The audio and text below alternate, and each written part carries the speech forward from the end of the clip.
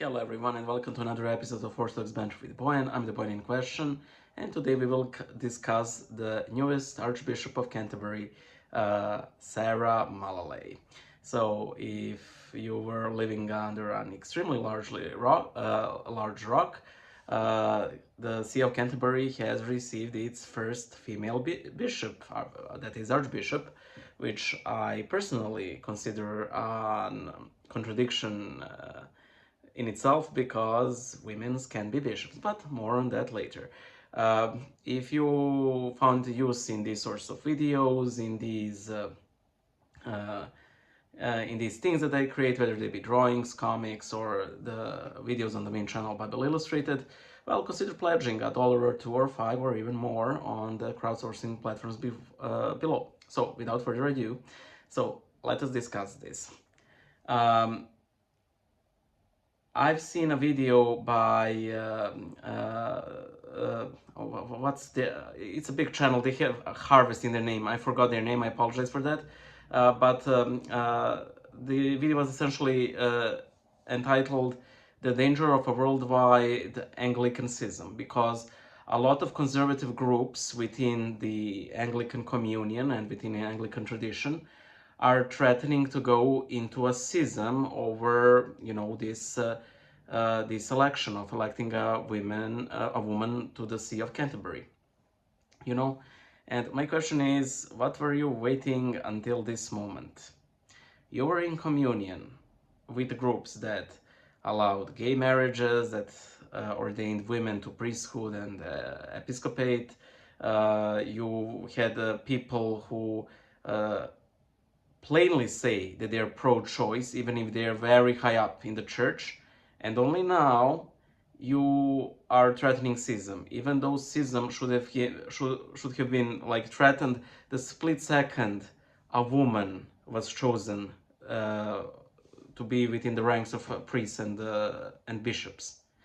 Because once you ordain a woman, pro-choice will follow, same-sex marriages will follow, and everything will follow. Not because women are particularly inclined to these teachings, but if you go against a teaching that flies in the face of everything that the Holy Tradition has taught for the previous 2000 years, that is plainly spelled out in Scripture, anything else can go.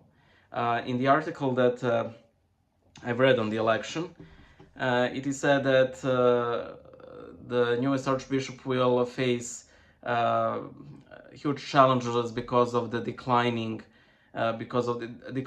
church attendance rates and the difficult issues regarding decisions to bless the same-sex marriages. That decision will most probably come. The sole reason it hasn't come yet is because of the threats of the conservative groups of actually entering into a schism. And also I really like the dwindling church attendance rates. In large part, I believe, in Anglican Communion, the declining church attendance rates are purely because you water down everything. It is, I'm sad to say it, but I feel that these liberal strains of Anglicanism are something that Dawkins would like. Everything's watered down, nothing's obligatory, you don't have to do anything, you can even remove the cross if it offends the Muslim neighbors. But there are nice hymns, there are nice carols, we have nice choir dresses, we have nice sitcom-like wickers and so on. In fact, most of you have probably seen that terrific skit by Mitchell and Webb called The Evil Vicar. It is one of my favorite skits ever, and it is so great on two fronts. Despite the priest's approach, you will probably agree with him on everything, and the fact that a vicar could be so direct is, whereas they don't tend to be, is precisely where the skit gets most of its humor, Also, I found it really funny that because I initially saw the news on The Guardian, and like on many Guardian articles, you have similar articles beneath the main article. And she was discussing her issues, what will the newest Archbishop of Canterbury face, and so on. And under many headings below, there was this, again, female bishop of Anglican Communion. It was so difficult to face my own sexuality. I'm like, okay, whatever. I mean, the way it was all arranged. And listen, I can see some value in people sort of opening up about their personal struggles and everything, because then we can openly discuss things that are pressing. I think that mental health awareness is one of the major strides we made this huge leap forward. However, there are some things that maybe we shouldn't discuss so openly, you know, and that is why that is why I I was so sort of amused by this news, because these conservative groups are threatening schisms, while you have like bishops in open lesbian, no, not open, public lesbian relationships. You know, even the very concept of a flying bishop that the Anglican Communion has, which is sort of so like if you have a parish that within the diocese of a bishop who ordains women to priesthood, and they reject a female bishop, they can sort of request a flying bishop, which is like a conservative bishop, to minister to that parish.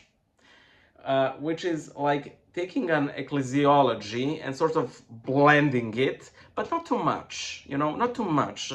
You can still see the bits of conservatism, of liberalism, but it's all sort of muddled there. It's not a mush, but it's all mixed up. Um, I heard I believe African Anglican bishop essentially saying that the newest archbishop has already broken her vows, because she is, according to her vows, supposed to fight and oppose erroneous teachings, which she clearly hasn't. Again, she's pro-choice. Now, to her, like, to comment on her, she's very also opposed to assisted dying or euthanasia, but she is not pro-life, she is pro-choice. And whenever I hear a member of supposed clergy uh, uh, describing abortion as a tragedy, you simply know that they're going to finish, but in some cases, and those some cases aren't really like the total deformity of the fetus or something. No, it's a healthy baby that would come to term. But the bishop thinks that it's a tragedy that we sometimes need to endure, you know?